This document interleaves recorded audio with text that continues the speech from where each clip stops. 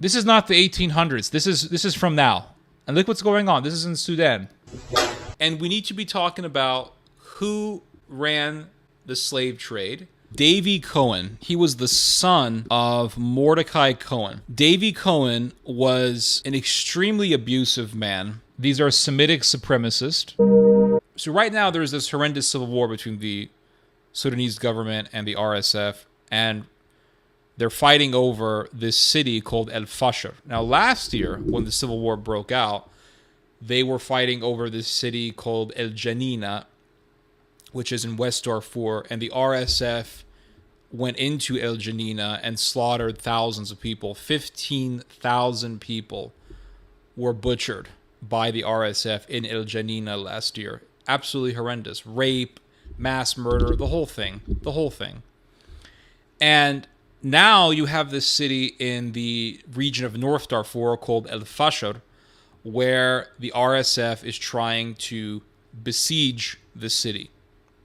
And we know what would happen if El Fasher gets taken over by the RSF. It would be butchered, just like the RSF butchered the people in El Janina. And there is a racial component, there's a racial character in these tensions. You have the RSF, which contains, or which has in its ranks, people who are partially Arab. And these people who are partially Arab identify themselves as Arabs, and they look down on Africans who don't have Arab blood. And I saw this video that disturbed me so much. It was a video of these RSF guys, and they have these African people on the ground, flat on the ground, and they tell these Africans, bark like dogs. Bark like dogs. And the people start barking like dogs. And this man holds a whip, and he whips them over and over and over again. Just whips them over and over and over again. And I'm seeing this and I'm thinking, it's like I've been taken back through a time tunnel to the 1800s when there was slavery in the United States. And I'm seeing people being whipped and humiliated because they're fully sub-Saharan Africans.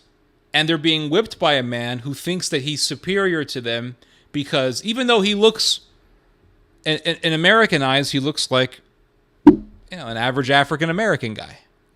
But in their eyes, he's an Arab. And so he thinks he's superior to these other people because he has 1/200th of Arab blood in his veins, streaming through his veins.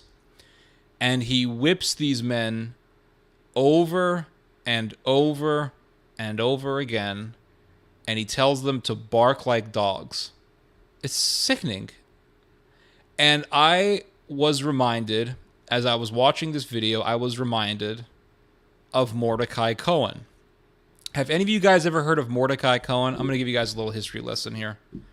Mordecai Cohen was a major slave owner back when America had slaves. Okay, so Davy Cohen, he was the son of Mordecai Cohen. Davy Cohen was an extremely abusive man who horrendously and gruesomely beat his slaves. Gruesomely beat his slaves. They don't talk about this. They don't. You never hear about this. It's always about, oh, there was slavery. And there was slavery. Okay, who were the slave owners? What were their names? Tell us about them. Tell us about their history. And then you have these conservatives who come out and they say, I think this mic is way too loud. You have these conservatives who come out and they say, can we just stop talking about slavery already? No. I think we should talk about slavery all the time. Well, not all the time. But we should be talking about slavery every year. And we need to be talking about who ran the slave trade. What were their names? Let's give detailed elucidations on the history. And so everyone talks about slavery. Oh, slavery. Okay. What were their names? Who were the slave owners? Who are the slave owners? So I'm going to give you guys a little history lesson here. We're going to, listen, a lot of you guys went to public education. I'm going to give you guys the inner city history lesson on slavery. So this is a book, and it was written by a slave who ran away from the Cohen plantation. They don't talk about this stuff. They don't. He ran away from the Cohen plantation. So it says here, Recollections of Slavery by a Runaway Slave. A slave narrative serialized in The Emancipator in 1838. The Emancipator, August 23rd, 1838. From the Advocate of Freedom, etc. So this guy ran away from the Cohen plantation.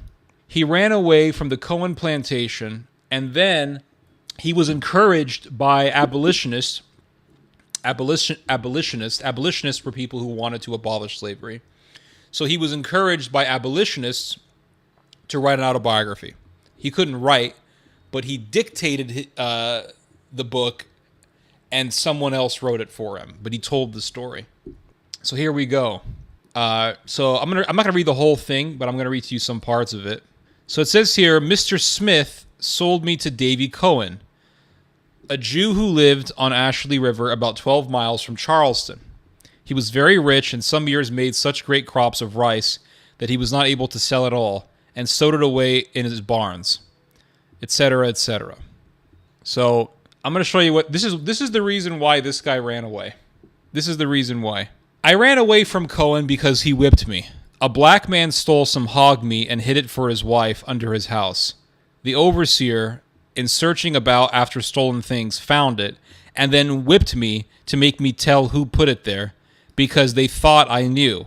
As soon as they had done, Master sent me to get the mules, but I kept right on into the swamp. I kept right on into the swamp.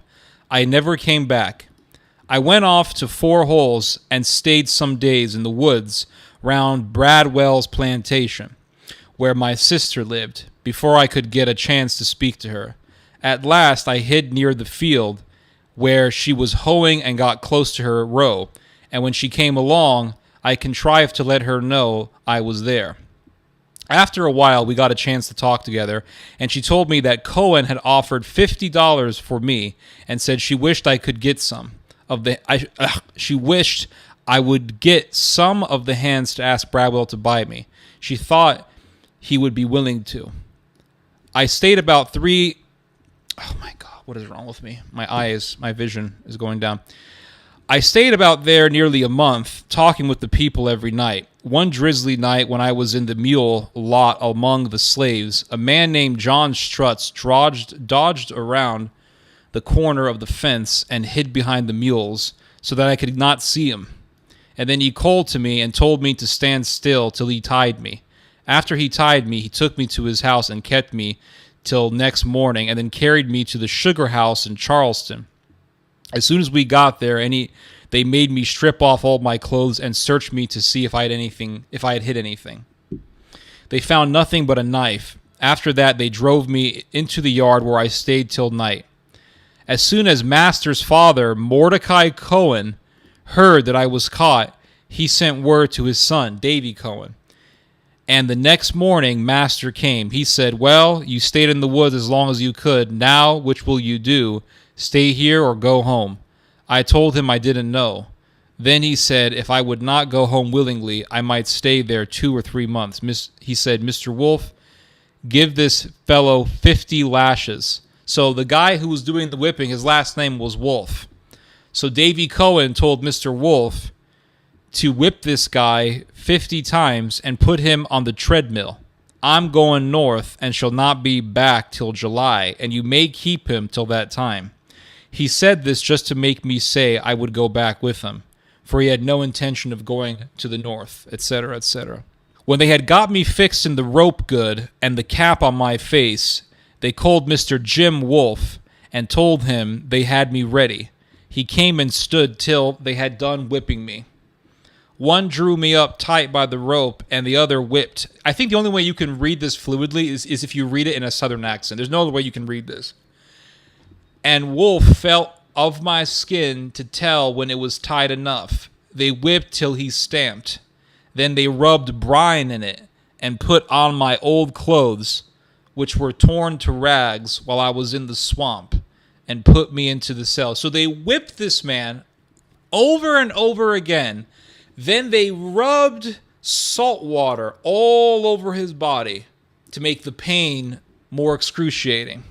And that was being done by the Cohens and by Mr. Wolf over here.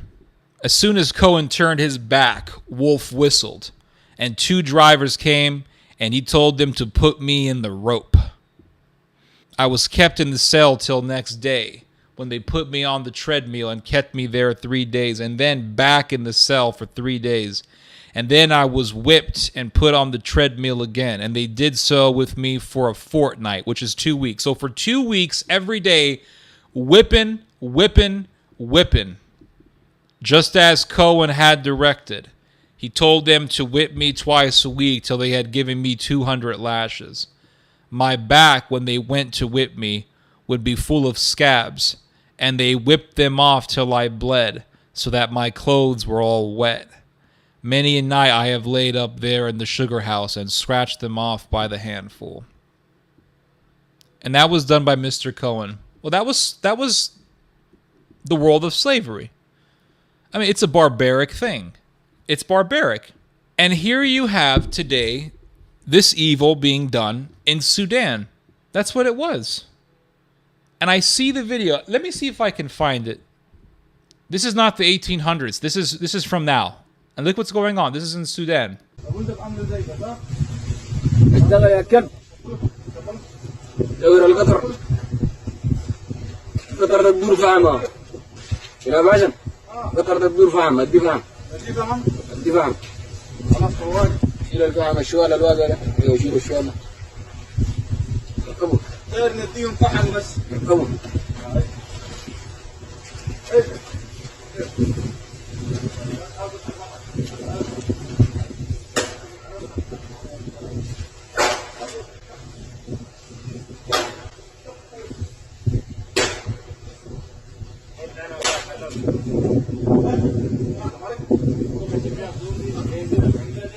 أنبا يا كلب أنبا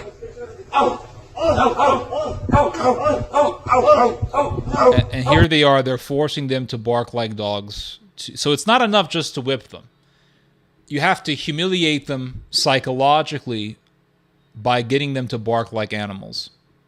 It's sickening, guys. It's demonic. This is demonic behavior.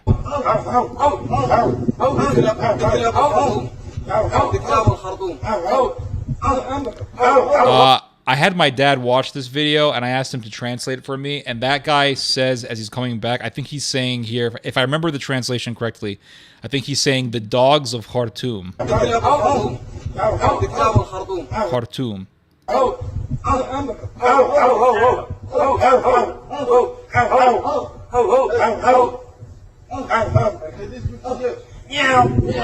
And here they are forcing them to meow.